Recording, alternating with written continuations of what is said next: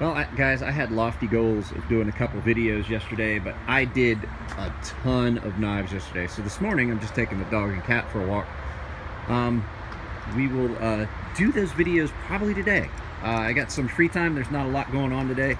I just have to pick up my daughter from school on her early day. Come on, dog. All right, guys. So second video of the day. It's the second video I shot. I'm not sure what order I'm going to put them up in yet. I'm trying to get stuff. I know, guys, that I have not been real great about putting up anything that wasn't a live feed. I apologize. So I'm trying to get caught up because I worked real hard yesterday to give myself some slack time today for this. I want to talk about, first, let's talk about Bestech. Bestech is a company I had not really heard of until my buddy Nico, the Hobbit, and I'm saying that's his nickname. We didn't give him that. He kind of gave it to himself. Showed me a Bestech that he was thinking about buying. It was a small little knife, and he goes, "What do you think?" And I was like, "I don't know. I never heard of him before." And that was the first time I'd ever heard of Bestech knives. And Bestech is a company out of China, and they're a lot like We and Reich and some of those other companies. They're knocking it out of the park. So the first time I saw one, he showed me a picture of it. I think it was on Mass Drop, or I don't remember where he saw it. But it was a nice looking knife. But I was like, I don't know. It's awful small. And all of them that I had seen seemed small after that. And then they've started making knives. I did one that was a Green Goblin, the Goblin knife. I did it green and black and some purple to match, the Green Goblin from some... that was the key fob or the knife fob that the guy gave me. And I saw that knife and I was like, wow, that's actually pretty well built. And then I've had a couple other Bestechs come in. I had a scimitar and I had a couple other knives come in. But then Aaron at EDC with Aaron sent this along with a knife that I sharpened for him. And he had already done a video about this. This is the Bestech Swordfish. And when I got this, I was like, okay, yeah, they're really,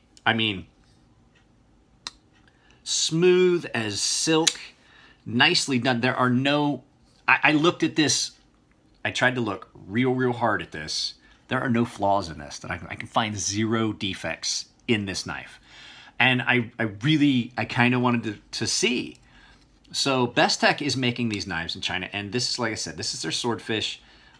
The only thing that I could even consider as a flaw is there's a little tiny spot here where there's the tiniest of gaps. You can't even feel it. Like, you got to really look at it. The tiniest of gaps where these two pieces, where the bolster piece and the handle piece meet up. Pocket clips, real comfortable. Everything about this. So let's turn this around so you guys can get a good look at it. And we'll talk about they're doing amazing stuff for cheap. And I just realized how much gray's in my mustache. So let's turn this around and take a good look at the Bestech Swordfish. So this is the Bestech Swordfish.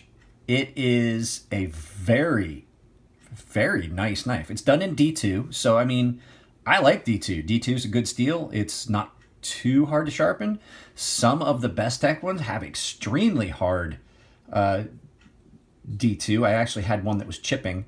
I got it taken care of, but I had one come in that I was dealing with, I think, a problem in heat treat, which could have also been the problem with the MaxMat. But that one, when I got to sharpening it, I was able to get it out. So, like I said, really, really good milled G10 two-tone, unique pivot screw. It's really, really nice looking. It has a Torx on one side, then it has this, which would be something for a spanner. All Torx construction, runs on bearings, milled G10 backspacer, and the color, just that color that you're looking at where you get the two-tone is really, really nice. I really like this. It's so comfortable. The only thing, this is a rather long-ish blade. I got a ruler over here. Hang on. Let's take a look. I don't do this often, but if you guys hold on just a second, I'm going to go get my ruler and my scale. All right, guys. So first thing I wanted to do, I just kind of wanted to look at the weight on this. It's a rather large knife. We're looking at 135 grams. So a point of comparison, my Master Blaster, which is, of course it's all titanium and it's got a copper inlay, but it's a smaller knife and it's coming in at 150, 51. Let's do that in ounces for you guys that want ounces. Let's see, that's so 5 1/4, and this is probably going to come in at 4 3/4. I think they're on my roof right now, starting to preview the replacement of the roof on my garage. So blade length on this is, if I remember correctly, I measured it once. I think it's right at 4. Let's see here.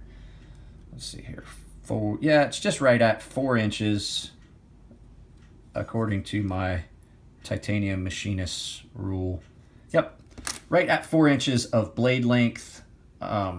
Really, really smooth action on this. I mean, it is pretty much frictionless. It is it's a frame or liner lock, I'm sorry. With, it looks to me, well, let's get the light. I left my light on the kitchen counter. If you guys haven't got one of these from Mastrop, you are missing out. So yeah, it is ceramic detap ball on a captured bearing system. I can see the bearings in there. These, I mean, no play. It's got like the detent ramp, the dummy ramp. Jimping on it. It's got jimping, but it's not too aggressive. Not as aggressive as like that North Arm Skaha, but still aggressive enough that it is functional. Like I said, man, that color, that two-tone just really sets it off to do it that way. Like I said, there's no play in that at all. And aesthetically, it is attractive. The pivot is really, really cool looking. So I really do like this knife. Like I said, 4 inches, that's a little bit more blade length than I really like. I think that this is 3.5. You'd be surprised. Yeah, this is right at 3.5. Surprising how much that extra 1/2 inch of blade length makes it feel different, but this one is not uncomfortable. A lot of times you get a 4-inch blade, it feels kind of, in a folding knife, can almost feel awkward because the balance is different on a folding knife than it is on a fixed blade. A 4-inch knife or 4-inch blade on a fixed blade feels completely different than a 4-inch blade on a folding knife, just by the nature of how it's made and everything like that. So it gives it kind of awkward feel sometimes. But this one's not bad. And like I said, that action is just completely frictionless. So Bestech knives, guys, they are just kind of knocking it out of the park. So let me get this turned around. I want to talk to you guys more about that subject. So Chinese knife companies. This is just kind of the end of the video. I just wanted to throw in my 2 cents. It seems as though most American companies are putting out lower quality at a higher price these days. And don't get me wrong, I would love to just be able to say, buy American, and I do. I buy American-made knife. This was a gift. But I've bought several Farron-forged knives. I've owned Chris Reeves knives. I've owned several Chris Reeves knives. I do love American-made knives, and I love supporting our economy. But the problem is that it seems as though prices on American-made stuff keep going up and quality is going down. Meanwhile,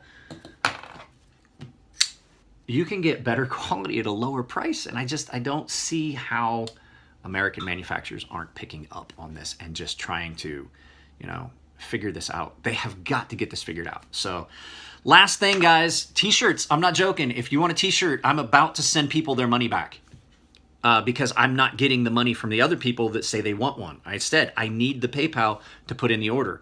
I've already gotten money from several people, but it's not enough for me to put in an order. It doesn't make sense. So if you're wanting a shirt, I need the money, or I'm just going to have to, I'm going to scrub the whole thing. So I'm not trying to threaten anyone. I'm just saying, if I have not heard it, I'm going to start sending emails and text messages to these people. If you want a shirt, I need the money, and I need you to let me know that you paid it, because I don't always get notifications through PayPal. I need to know you paid it, and I need the screenshot. once I have all that, I'm gonna put in the order. But if you guys aren't sending the money, I can't place the order. I have to pay for it up front. So, guys, that's it. That's pretty much it. I'm going to put a link into Aaron's webpage again once this posts. Sometimes it takes me a little bit because I post things and then it takes a little bit to get actually into YouTube to get it edited, I guess I would say, after it posts, because the only way to put in those little windows at the end of the video is after I post it. So, all right, guys. You guys take it easy.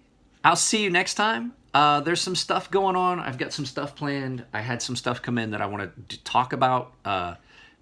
It's mostly sharpening stuff. I'm going to basically do a stone review on those diamond stones. I think I've used them long enough to be able to give a good and accurate, review of it. So not to keep this any longer than it already is. You guys take it easy, and I'll see you next time.